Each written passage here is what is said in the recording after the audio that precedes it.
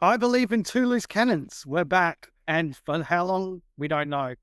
Few issues going on with our provider beyond our control, but follow us on Facebook under Two Loose Cannons Pod, and you'll keep up to date, and we'll be able to roll out when we're next live and next going to be on. At this stage, we're not really sure. Not really sure. But again, bear with us. It's not our fault. It's beyond our control. So I'm Liam. I'm Ross. And we're back. We are definitely back. So no point going over too much old stuff. So we're going to brush over from the last time we're on till now, 5 likes and 5 dislikes. So if you want to roll with your 5 likes. Yeah, of course. My number one, well, these aren't in any particular order. It's just how I've written them down. I like the fact that Port didn't take anybody in the draft, because my understanding from talking to people within the club was that they had a list of 8 people they were planning to take at that, whatever it was. It was 62 at the time, but it ended up being 50 odd, 56, I think it was. They were all gone. So every player they wanted on their list was gone. There was no point taking someone who they didn't want, who was going to clog up the list, and maybe they'd have to get rid of someone next year that they may have wanted to keep because they wanted to give this other person a try for more than 1 year. So, and they need the points. I think they need the points for Dougie Cochrane next year. Yeah. So I was pleased that they went forced into this. Let's just take someone for the sake of taking someone. My number 2 on my list is the Supercar Finals. I thought that was fantastic. If you're a Supercar fan, although a few were saying Bob Freeney should have just been given the trophy, but this is what happens during finals. It's not always the best person, the best team that wins. Sorry, I don't want to interject too much because we want to get through this quick, but yeah. There's a good point you've raised. Yeah. Why can't they do like and this is something that I'm sure Supercars will sort of smooth out as time goes on, but there should be a reward, for someone sitting on top, like a minor premiership. Yeah. A smaller, less. I understand that. Yeah. No, and it's unfortunate. Like that, they take the constructors.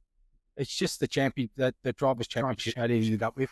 They win the constructors by a whole, street. It's that easy. They romped it in.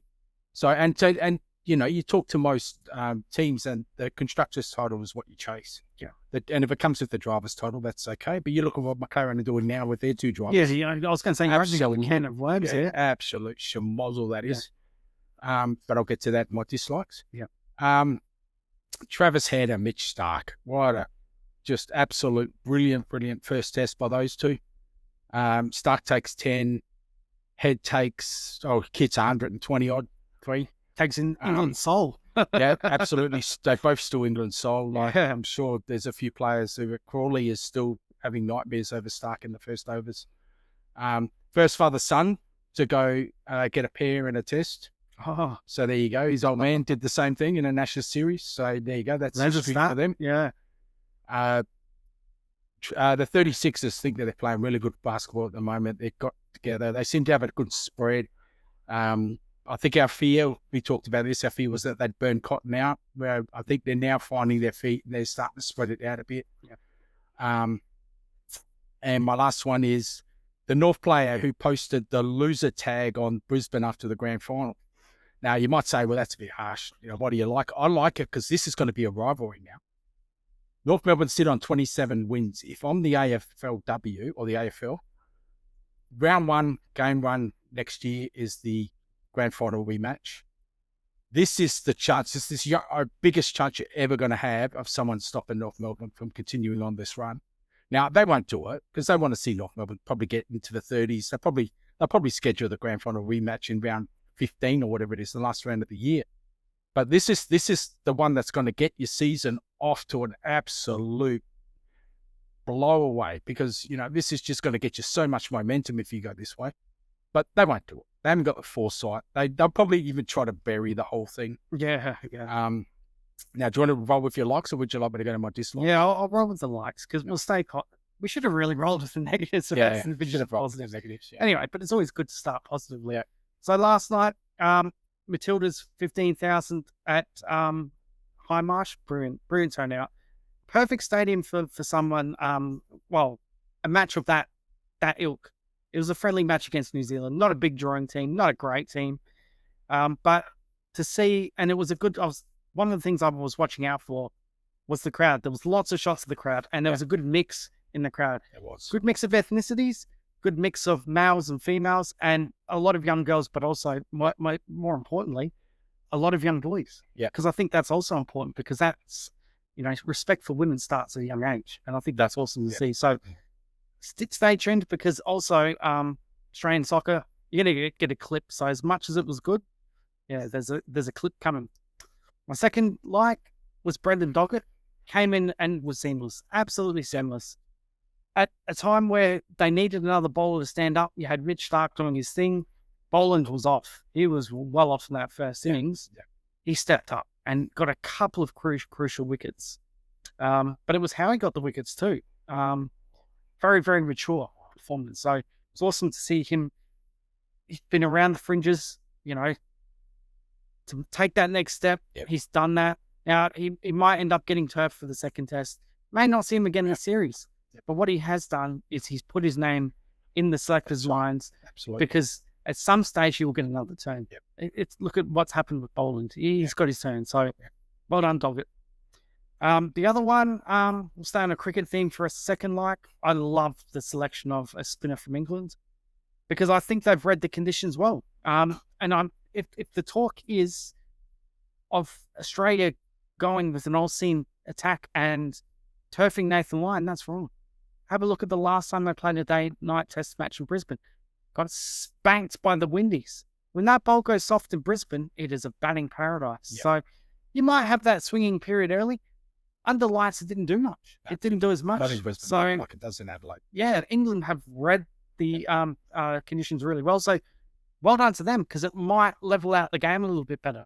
No one wants to see a complete blowout, do they? No, not in 2 days at least. I mean, that wrecked my weekend. It was nothing to, it was over, and it was nothing to watch Sunday, Monday.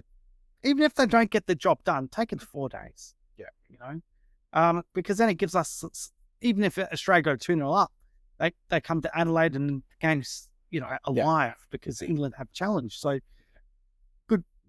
This is the start of a challenge. Traditionally, people tests don't go more than 3 or 2.5, 3. So No. My next is also on the cricket topic. Controversial, because it also would be many people's dislikes, was the finish of the Adelaide Strikers versus Thunder match the other night. Rain reduced. They started the game when it was raining.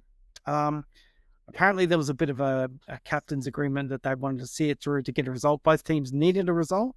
So a non-result wasn't really going to help either side. So they played on. They played it to the point where, Darcy Brown comes on, and it was belting down, absolutely belting down. Yeah. She was slipping and sliding at that crease like my backyard in summer when we turn on the slip and slide. The ball was sprayed around everywhere. She got belted for 6 4s off that over. So it gave the Thunder a sniff. So we get to the second to last over, I think it was. And they only needed a handful of runs. Yeah, 3. Old mate Litchfield, who was batting brutally, makes a boneheaded decision. Yep. Reverse pulls a bowl where she could have stood still and put that bowl exactly where she put the rest of them. That was to the rope. Unfortunately, ball gets dropped at square leg. I think they only ran 1 or 2. Yeah. The umpires obviously come together. Yeah. That drop catch has probably gone, the ball's a caker, so we should really pull these goals off. But by that stage, the rain was at its lightest. Yeah. And they've decided 3 runs to win. Now's the time to come off. Complete joke, complete shambles. When it got that close, just play it out. It was going to be a Thunder result. Because if you're not going to pull them off for that Darcy Brown over, why the hell are you pulling? That was terrible to watch too. That's so unprofessional. That's what does your sport in when you see things like that happening.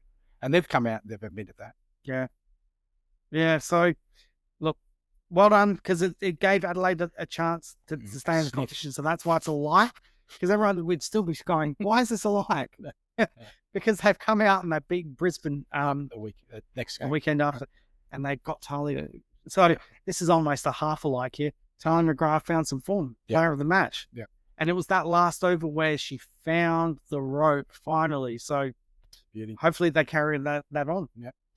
And my final like, again, controversial, because I said in my last podcast that I hated it. Yep. Adelaide getting Archie for nothing. I love it because my club has profited from it, but for everyone else, The other 17 clubs, they could probably go, well, that's bullshit. You know, that's not the way the system should be set up. But when you profit off of it, it's a lie. Look, Brisbane never should have put. We spoke about this. Brisbane never should have pushed for more than he was worth, and that's what. This is what eventually happens. But they don't seem to be really bothered by the. You see, the problem is, you know, Brisbane that handed out with draft concessions. They don't give a shit. No, So for any other club that's not one of those northern states, yeah, they're taking that deal. Yeah. But for them, it's points. They don't look at draft picks as equity. Look at it as just points. And points to them, if it's not really going to help them that much, then we don't need it. Yeah. So I don't know what they were trying to do, make a stand.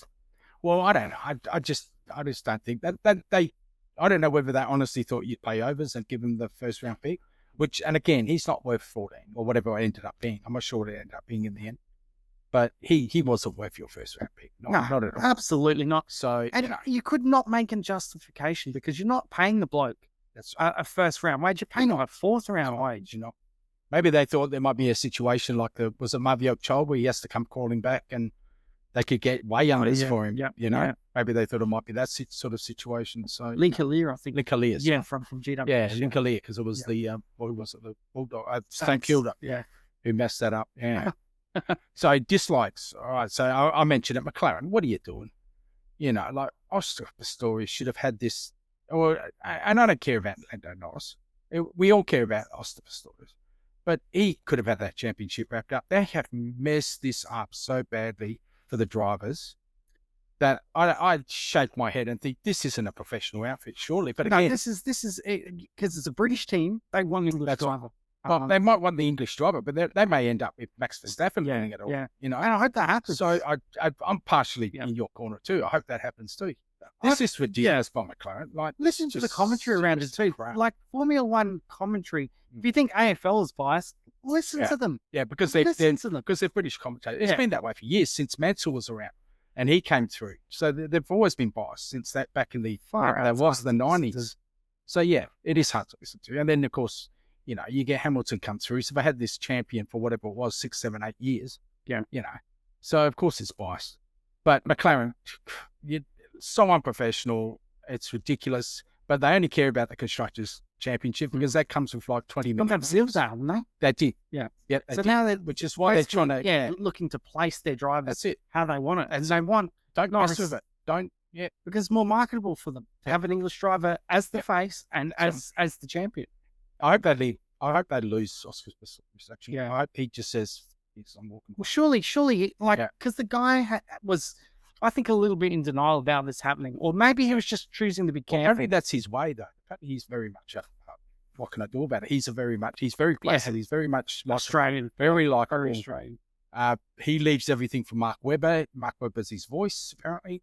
So he lets Mark Webber go out there and bark like a dog. Yeah, the picture of Webber and what's his boss? Yeah, the McLaren boss. Yeah, the McLaren boss. Yeah, and you can see the body language of Webber. Yeah. He was into him. So, definitely. But again, that doesn't change anything. No, it's not going to change their point of view.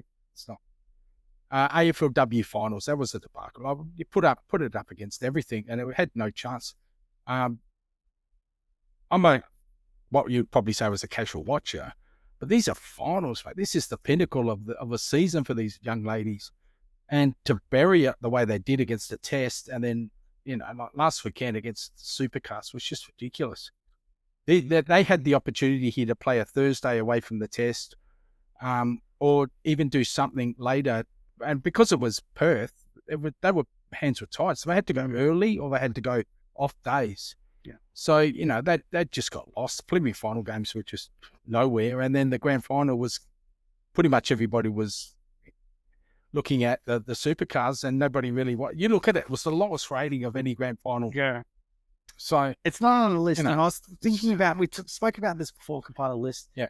Did Peking duck have anything to do with the fact that it stunk? It might have. Worse than Meatloaf. Now, I haven't heard the performance. I know Peking duck. I have heard their music. I haven't heard them live. But apparently worse than it wasn't. Yeah, that was that was what was said. It wasn't good. That style of music, I don't think. Yeah, it doesn't draw. But it's got a niche audience. Let's put it that way. It has definitely got a niche audience, and that's not really. But maybe that is their issue. Maybe Well, they you've got young families, they're not popping ears in the club. That's the only way you can make that's that right. music tolerable. That's right. You're spot on. Or maybe it was the only thing available. I don't know. Yeah.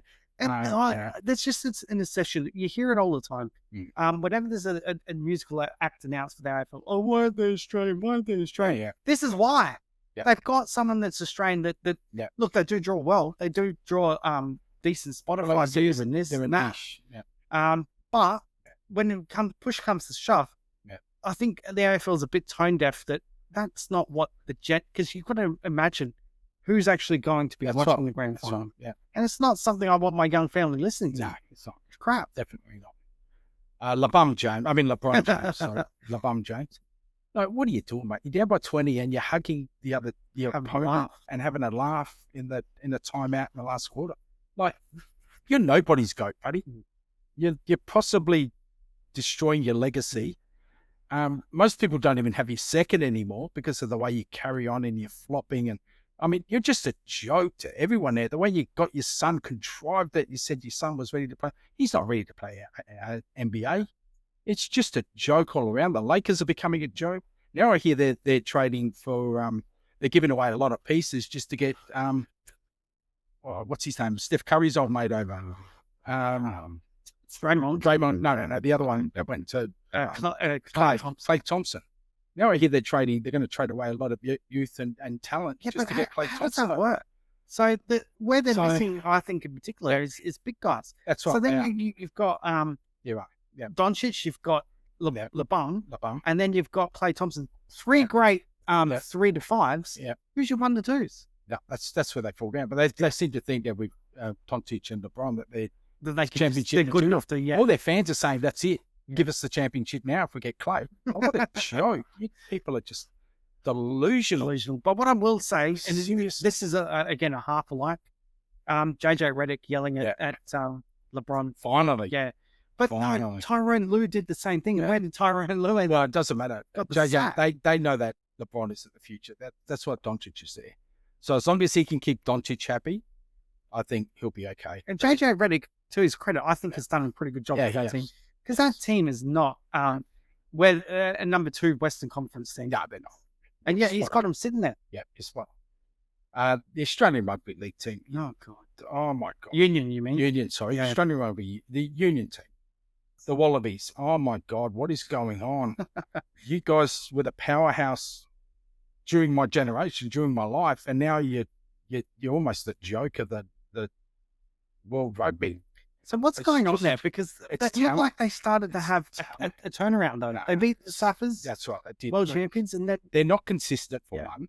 Their skills are poor, and there's just no talent. See, this is what happened when it was an amateur sport. You look at it.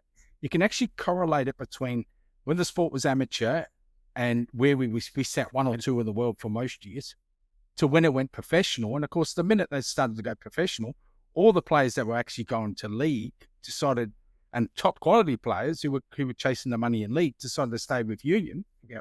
And those teams built up, whereas Union was probably ahead of league was ahead of Union in Australia. So those players just stayed with league, and there's been no talent to come through. But is it a case of the talent's there, but it's a boys' club? Because it's very much. I'm not sure that's the case. Queensland and New South Wales. Because they don't want to be on that. But that's where the talent comes from. Yeah, there'd be very little talent coming from any other state, but there probably is. And I'll be the first to pull my hand up and say I don't know about the state. I don't know about the state of the game outside of that in Perth and in Canberra's pretty good, but that's still New South Wales. They've tried with the Melbourne Rebels. That's right. They've tried with the Western Rebels. Yeah. So, but I don't think they've ever caught on for whatever reason. No. It's just too much. Look, Australia's a niche market, and you can't flood it with too many sports, and we see that because the ones that are below the AFL, the league, even A-League now has got a good following. Then those below that. So once you start getting to anything, and it becomes sort of the dollar only goes so far. I would tune in to watch. John Eales or George Krieger Wallabies team, but I haven't watched it since, and I've got no idea. I sat down and watched the game, and I reckon I turned it off. It was just terrible, mate. Terrible to watch. Just not the team I grew up watching. No, absolutely not. And with the World Cup coming up, they're going nowhere. Yeah. So, and my final one is Monty Panesar. Like, seriously, mate. The mastermind. What are you doing? Like, just an absolute disgrace to go after to Smith. Really, just absolutely disgraceful. You're the bloke who in your book talked about how you use lollies and lozenges and Vaseline and all sorts of stuff to juice the ball up. And now you're saying he's the worst cheater in the world because of sandpaper game? Like, seriously, mate, pull your head in, go away. You were never any good to start with, so just pull your head in and just drift off. You're a sooky pom who achieved nothing in life except for the fact you go after people. Do you want to know who Monty Panesar's favourite AFL player is? Probably Tex Walker. Kane Corns. I reckon it's Tex Walker. The difference is Kane Corns has racist. Oh. A poor captain who let his team into a camp that almost destroyed the club. Hang on a second. Like I said, I can't stipulate. Again, I'll say racist because the only correlation between Monty Panesar and Tex is probably Tex would have bombed out Mastermind as well. But, you know, old mate Kane Corns at least has the runs on the board. Monty, what has Monty Panesar done apart from the only time you bring up Monty Panesar's name?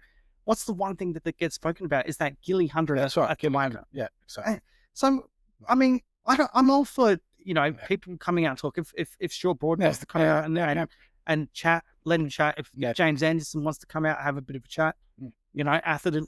Blokes that actually did stuff. That's right, achieved something. What has Panesar done? Even Tufnell. Like, Tufnell was another one who absolutely achieved nothing in the game. He was a poor fielder. He was throwing balls that even I could have put over the fence. But at least he's entertaining. Like, he's someone who will sit there and he's not going to kill the golden goose. No, but Panesar's a bloke who just wants to what works. And that's right. And that's him being himself. Yeah. Because he's a likable guy. He's self-depreciative. Monty Panesar, I don't know he's looking for headlines. That's what he's looking for. He's looking to get his name in the because it's an Ashes year and he wants to get his name out there. And he's looking to do a podcast or something. And you know what? Should Smithy have even responded? Or just laughed it off. Seriously, like, who? Exactly. That's what I would have done. Yeah, exactly. Who are you talking about? Exactly. Never heard of him.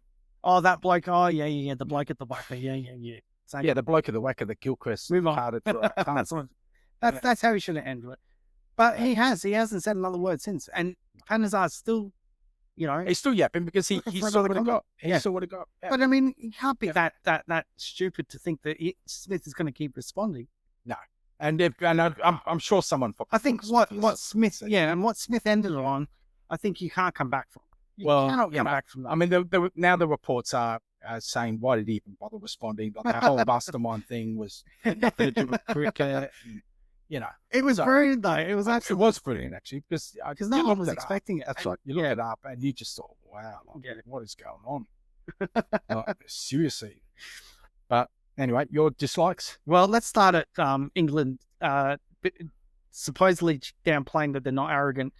I mean, this isn't related to Panesar, but it is in a way. Because, England are arrogant. Look at the way they play the game. It's disrespectful. The way, when you've got a 100-run lead and you're 1 wicket down in your second innings, it should be game over. Yeah. It should have been night-night. Those cracks that were widening, you know, it's like an Adelaide freaking roadway these days. Potholes galore. So they would have won that test if they had just knuckled down and batted. All you had to do is get through Mitch Stark and they would have been fine. Yeah. So they killed themselves. And, you know, the whole thing of Ben Stokes dismissing former players' comments as not listening to them, their has-beens, it doesn't get any more arrogant than that. So you can say that you're not arrogant. You're arrogant through your actions. You're arrogant through your words. You're arrogant with the way you play the game. Yeah. So... yeah, that's totally my dislike. Totally. So getting back to Football Australia, well done for last night, but also you're a wanker. Sorry, you're a rack of idiots because football is not played enough in Adelaide. We've got a beautiful boutique stadium that everybody says is the best footballing stadium in Australia. We play Asian Cup qualifiers, we play World Cup qualifiers against Guam, freaking Nepal. Why are we not playing those games at Adelaide? At High Marsh, you would get 15,000. You'd get a great atmosphere. I mean, it's the best atmospheric venue because you're sitting on top of the ground. The way those stands are built, you're sitting on top. Yep. So Couldn't agree more. We should be having more games played here. We produce the best players for the Socceroos at the moment. Have a look at who's coming through. Aaron Kunda, the Toro brothers, Yengi. Yeah. Oh God. Yeah. Well, Even Goodwood's still playing good football. exactly. I was about to say he's our best player playing for the team. You've got Izzo and goal. I could keep going on and on and on. I know that we're not producing as many female talent, but again, look at the turnout that turned up last night. Yeah. Again, invest in us because we're investing in the team. Yeah. You know, we give a look into Perth. Brisbane gets a look in before we get a look. Yeah. We seem to be the afterthought. Okay, yeah, let's play this friendly down here. The only should be happening more. The only thing I would say that was that they'd be looking for numbers. They didn't care where it's played. Yeah. They're looking for numbers. They want a huge number, and they're Okay, looking but at you can 50s. draw 50 to Australia versus Guam on the poll. Probably not, no. But you know what? You might get 30. Yeah. And they would prefer a 30 and a half empty, probably, I don't know, Sydney Stadium or in MCG. Probably not. I haven't even watched Adelaide Oval. I don't think Adelaide Oval is... No, it's not. It's not good to view. But again, these lesser light games, the friendlies, games... okay. I'm not going to say that the Asian Cup qualifiers don't mean anything, but, you know you're going to cakewalk over in Nepal. Yeah, So, of course you are. Those are the sort of games that you would be having here. Like the games against, let's say it's a Paraguay or a Colombia, you could draw 30 to 50. Yeah. And, okay, Amy Park at Melbourne, Perth Shed, whatever, I forgot what they call it, HBF Park, can draw 20 to 30. Brisbane, Suncorp Stadium can draw 30. So those are the games. And then, of course, your marquee games can go to like Allianz Stadium in Sydney where you can get you 70. Yeah. Look, when we had the Olympics 2000, they redeveloped Hindmarsh Stadium. And back then the idea was, and the clubs asked for 25 to 30,000 and the state government said, no, we're going to lift the capacity to, I think it was about 8. We're going to lift it from 8 to 50. So we're virtually going to double it. Yep. And everybody was going, no, this place needs a 25 to 30. And they could have done it. They had the design, they had everything. It was just the state government said, no, we're not going to spend the extra, whatever it was, 200 million, say, for argument's sake. Now, we're talking 2000, so it probably wasn't 200 million.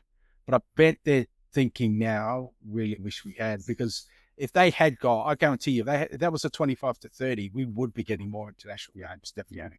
Well, they did that reno for the Women's World Cup Stadium to bring it in line with a FIFA-compliant World Cup Stadium. Yeah. That was the time to do it. They were gutting it, and they could have added a few more. They did add some seeds to it, but they could have added a few more thousand. Yeah. Again, you bring that was in 2025. No, that's perfect. That's absolutely perfect. Then we could talk about this as pretty much, there's no reason why you can't. And that's right. I understand what you're saying. You get 15, okay, well, why can't we get 20 or 30 to it? Because it's our best team. So that's my dislike for that. So I've done 2. Third, Josh Inglis coming in. So rumours are out that he's the first confirmed in. Still not sure what's happening with Cummins. So that means the Doggett spot. There's rumours that Lyon might be going out for Webster. Yep. What happened to next man up? Like, what did Webster do wrong to get turfed out? Well, shouldn't he be the man coming in for that spot? I think they wanted coming. Well, they've got Green, so I think they're looking at it. They're thinking, we've got Green. Do we need Webster? So that's my thinking. Webster's a steadier batsman than Inglis, though. Inglis is very much. I'd take Webster over. Yeah. I'd definitely take Webster. And over Inglis. Again, I still think there's big question marks on the conditions. We've only seen one test match, and it was played at the back end of January, so it's hard to really get a read and gauge on what's actually going to happen here. But I would have gone. It's a more conservative option. But let's say it does end up being a seaming swinging deck. Webster can swing the ball around corners at that 120 kilometre pace. But you haven't done it at the expense of a spinner. So that's where I would have gone in. I would have gone in with Webster coming into Kawaj's spot, head opening, and Inglis can be 12th man. Yep. I don't know. Maybe I'm wrong, but that's how I do it. We'll talk about to find out tomorrow, aren't we? Yeah, exactly. So my next dislike, and that was it was one of your likes, Port's draft, or their non-existent lack of action other than upgrading rookies. So despite what the Victorian journals said with it being a weak draft, it was actually a strong draft South Australian wise. And I thought this was a good opportunity for Port to dive into some South Australian talent. I understand that you had your drafting order, and obviously you guys, when you come on the board, weren't thrilled with what was left. But I still think that given where Port's position is, maybe they see it differently. I thought they totally see it differently. Yeah, you could have brought in some young South Australian talent, not for tomorrow, not for next year, not for the year after, but again, a list clock. Not a list. That's what you're talking about. No. If you're talking about someone who's 4 years away, they're a list clock. I'm sorry, they're a list clock. They're not a list clock. They are. If they're 4 years away from playing an AFL game, they are. Well, it depends what situation you're in. Like, you guys obviously see it as you don't have that time. You want that instant. Well, it's not so much we don't have, because Collins came out and said, don't expect anything next year. But they've already said that. Don't expect anything next year. Don't expect us to be pushing for finals next year. Next year's going to be about developing. So then you say that there's no one worth picking up. Yeah, there was some serious talent left on that board come the rookie draft. So and they've got two of these, the guys that missed out training with them at the moment for 2 spots. So now one of them may go to the ex-North Melbourne Collingwood player, I can't think of his name, Stevenson, right? And then the other one is said to go to one of these guys who missed out. So from what I heard, now you might be able to clear this up because you're closer to the Port camp than I am, but apparently Stevenson come fat and slow. Well, but it's got to remember he hasn't played for 2 years, so yeah. Oh God! See, this is where. But apparently now he's lining it up. He's lost a load of weight, and he's absolutely training hard, and he's lighting it up. So did Tex those years ago turned up, with a big fat. That was a bit different. You know what? The whole Tex thing was about COVID, though. Yeah, that was pure and simple. We all made fun of Tex, but we knew what that was. That was a guy. He wasn't the only one. No, he wasn't the only one. But the thing is, as much as I hate Tex, and I don't want to stick up for him, this is different to someone who said, the game's gone past me. I don't want to play. Yeah, I'm not enjoying it. But you know what the competition is these days? You've got to come back absolutely shredded. He hasn't played for 2 years, dude. I know, but he hasn't played for 2 years. He's not going to be shredded. But I'm not just saying we're not going to draft X, Y, Z because they're going to be 3-4 years away. And he could play next year. Honestly, he could probably play. And that would be a mistake. And what I'm hearing is he's absolutely he's found form. He's interested. He's back enjoying the game. He's loving it. He's dropped a whole heap of weight. Now, he's probably still got further to go. And we're only in December. So, he's still got 3 months to go before they even talk about whether or not he's in that team or not. Yeah. And as a rookie, he may just be playing Magpies for 6 months before he even gets an opportunity. We'll have to see what happens. No, I think that's crazy. But you know what? If he's not good enough, they won't pick him. I guarantee you. They're not just going to go with this guy. Yeah, and that's what you shouldn't do. Is just because he has played for Collingwood North and, he did show glimpses. Yeah. You've got to remember, everyone that makes the AFL shows glimpses. That's right. So don't be fooled by, what you see. He was one they said he just fell out of love with the game. So there you go. But anyway, let's move on to your last one. Oh, yes. My favourite topic, and this is one that I hate every time an Adelaide team has to travel there, and that is get the frig out of the competition, New Zealand. You don't belong in the basketball competition. Sure as hell don't belong in the A-League competition. There's no, I don't care what anyone says, there's no economic benefit to the competition. Agree. Are they, the only thing I can think of is they're absolutely reaming these New Zealand owners for licensing ship. But everyone will say, I can imagine everyone's going to come at me and go, well, New Zealand Breakers have added some good stuff to the competition. Mm. But we saw this. They've got their own competition. That's right. The New Zealand Basketball League. Look, we saw this with the netball. It fell over because they did that 5-5 Australian teams fight music. It destroyed the league. It sent it broke. Now, who's funding these New Zealand teams? Maybe it is financially flush owners who are chipping in. Yeah, sure. But at the end of the day, I totally agree with you. It's too far to travel. I was about to say, Perth. The money cannot be. You can't tell me the money's good. It cannot be good. to have these teams in there. So I agree with you there. And anyone that argues, well, they do it in the United States. Now, anyone that follows United States sports follows the basketball in particular. Yep. You know, when they're doing an away trip, you know, they're not getting on the plane just to go for one match. Yeah. They're going for a 3, 4, 5 game stretch. Yeah. And they're traveling on private jets. They're not having to go That's right. customs, all this bullshit, immigration. Yeah. You're talking about $100 billion leagues compared to maybe AFL probably brings in a couple of million, but I don't know whether the NRL and the rest of them, where they sit as well. No, it's Melbourne revenue.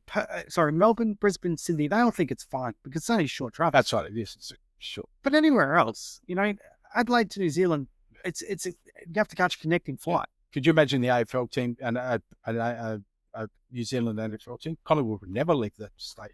They had to fly to New Zealand. Yeah, exactly. It's going to be bad enough if they have to fly to Tassie. They're going to kick up a stink. That's when they'll talk about conferences. Yeah. Collingwood pushing it. Let's move on to the Ashes second test. Yeah, well, you've told me who you think should be in. Yeah. So where do you think, who's going to open? So give me your 2 openers. And who's that throw? Well, Weatherall's there by default as the opener. Yep. It has to be Head. It has to be Head. Okay. In that team, because you can't select from outside of it anymore. Yep.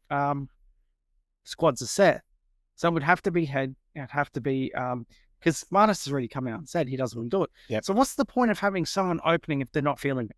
Okay. You've got to have somebody coming in and feeling. Yep. Apparently, Travis Head has also said he wants to open. So let's keep doing it until it's proven an absolute failure. Keep rolling with it. Yeah. So then at 3, you'd stick with Marnus, Smith, Green, and then roll Webster. You want Webster at 6, Carey 7, and then your bowlers. Okay, and your bowlers up? Well, not Cummins. Not Cummins. Okay. Cummins is fit. You think one more? Okay. That old adage. So give him one more. Have him bowl outside the nets for 3 days, 4 or 5 days, whatever. Have him cherry ripe for Adelaide because the series won't be absolutely finished by the end of Brisbane unless Australia absolutely whitewashes England and Brisbane and absolutely demoralises them. The series will not be dead. So Australia could be up 2-0. Still got to win that third. So tell me who your 4 bowlers are. So you're going with Doggett, Stark, Lyon, and Boland. Okay, so you're sticking virtually with the same team with the addition of Webster for Kawaja. Yeah. All right. So I somewhat agree with you. I think Cummings comes in because I think they said he was ready for the first test, but they held him back. So I think he comes in. I'm with you. I prefer Webster over Inglis for sure. And I think they need to, I don't think they will go with Lyon, but I think they need to go with Lyon. I would keep Lyon in that side, but I think should Lyon go out, then that's when Inglis comes in because you have Webster, you have Cummings, and Inglis in for Kawaja, Doggett, and Lyon. Now, I don't want to see Doggett go out. I thought he had a really good first test. It'd be good just to see how he goes in at the Gabba. Mm-hmm. But I think if Cummings is back, he's definitely the one who suffers. And I'd rather see Webster in over Inglis. But I think they will go with Inglis because by the sounds of it, he was the first. So what I think they're looking to do is they love what Travis does at number 5, number 6. Having that player that can dash, particularly because we know Australian conditions is new ball conditions. And the last couple of summers, Australia's been, 4, 5 down by that stage. And by that stage, that's when you need to start pushing the scoring. So he can certainly play that role at Inglis. So I think they're going to roll with that template. And maybe they see Travis Head going as opener as a free hit. Well, if he fails, he fails. And do you know what's good about if they do bring Inglis in is that I think he'd also be open to opening. He could. I think they could say to him, hey, Josh, like they did in the second innings with Travis, say, Josh, you're in. If they think that Travis maybe is, if he fails in that first innings and they think, well, he's probably better off at 5 or 6. Let's chuck Inglis in and see how he goes. And you know what? That's not a stupid idea. And he is an opener at the higher levels of the ODIs and the BBLs. Yeah, and we were talking about this before we come on air about Cummins coming in, and I said, well, why was he in the squad? Why was he ruled out? And you said it was the whole cloak and dagger. What if Travis Head's opening is a red herring? Yeah, and they throw Inglis up there and Head stays in his position. Yep. Because, like you said, Marnus said he doesn't want to do it. No, that's So, I think that's the option you do have, and he can give you what Travis Head gives you at opening, and also right-handed, left-handed combination. That's right. Now, can he support Weatherall like Head did? I don't know. Can he take the pressure off of Weatherall like Head did? I don't think there's too many players who could do that, other than guys like Warner and things. Yeah, so the Warner likes, which is, I guess, that we've now put. But also, in that one thing category that was noted, and I forgot who said it. It might have been Peter Laylor that said it, the journo. And it's you've got the shot playing thing that takes the pressure off Weatherall, but Weatherall is good mates with Travis Head. That's right. Spent many years, so it's a calming influence having him there. Get to the end of over having a laugh. That should be discounted. So that. I think that probably strengthens the case. Head to open. Yeah. Oh, look, and I'm, the first innings, I can see that happening. But I think if it becomes, if they bowl, if England can bowl Australia out for a low score, say in the 120s, 130s, they may revisit it for the second innings, like they did in Perth and mix it up so that they throw the Poms off. I think Inglis is that perfect foil because he can come in. And he can almost play that Travis Head role of just going out there and just swashbuckling. Well, it'd be interesting to see what actually happens if Head fails and Inglis fails, because then that's when that rethink might happen quicker than we anticipate. Oh, look, Marnus failed and Head failed, so you're spot on. Yeah. But if Travis says no, I want it, they'll give it to him. They'll give him the opportunity, I'm sure. Yeah, particularly if he's chomping at the bit. I mean, that was just for him to come out and do that though when he hasn't had. No real test opening experience outside of Sri Lanka, which is completely foreign conditions. Yeah, absolutely. And I couldn't have been a 180, low, slow wickets to a fast bouncing wicket. Yeah, that was insane. Yeah, look, and you know what? It was, I don't know how you watched it, but I just dribbled. Just absolutely dribbling when I was watching their shots. Apparently his father was going out to dinner with some friends and cancelled. Said, Travis is batting, I can't make it. Like about an hour before he was supposed to be going out to dinner with friends. He just basically rang up, said, Travis is batting, but I'm not going to be there. Yeah, fair enough. So, what a great idea. What a decision that was, mate. Yeah. Sit there. I mean, could you imagine the pride in watching your son do something like that? It'd just be, hey, just magnificent. This has just come to mind. I don't know if you've seen the local highlights of cricket. I think it's Prince Alfred College or the old Collegians. Yeah. Old mate Tex Walker banging sixes. I saw that. I didn't bother watching it, but I did see the caption. Is he an option? No, he's not an option for playing forward for Adelaide, let alone. Why you've rolled Tex out for another year's? You are stunning. Seriously, you're stunning another forward's growth by having that bloke. No, not. You watch he is absolutely going to fall off the perch next year. How many games? How many games watch do it, you mate. think Scott is going to play next year? I can't see him playing any more than 10. Well, if he is, that's 10 games that they could have gone into someone else. So, that's my point of view. And he may prove me wrong, but I reckon we'll be sitting here going. But look at how we drafted, though. Look at how we drafted. We just drafted another 2 young key forwards. Having him on the list. You need, though. Seriously. So you don't think the other 2 are Tilthorpe and Megahead are going to be anywhere near being able to lead those forwards anymore? You think you still need Tex? So you think there's still that rule? Yeah. You still need Tex up forward to marshal the troops, mate. That is not good. So the bias wasn't agent. Yeah. So the bias in Mitch Marsh. I don't know if you saw his scouting report. I did. Gunston or Jeremy Cameron type. Yeah. Are you seriously leaving that on the board to choose someone else? No, you take it. I understand that, but you don't need to roll forward with Walker. That's all. That's what I'm saying. Yeah. But, so you're questioning why we selecting all these No, I'm not questioning. I'm saying that's great. Okay. What I'm saying is not if you've got Walker. I just don't get it. Just get rid of the bloke. Well, see, I don't mind because we all know this is his last year. Yep. If he's going to spend time in the SANFL, and from all reports, that's what he's going to do. Yeah, that's what he was told. I don't mind him coaching. All right. Yeah, well, that's fair enough. Okay. Because he's doing coaching with old mate Ned McHenry's school site. So, all right. Well, let's wrap it up anyway. Yeah, because we're going to. So, Viagra won't make you a James Bond, but it will make you Roger Moore. Good night, everybody.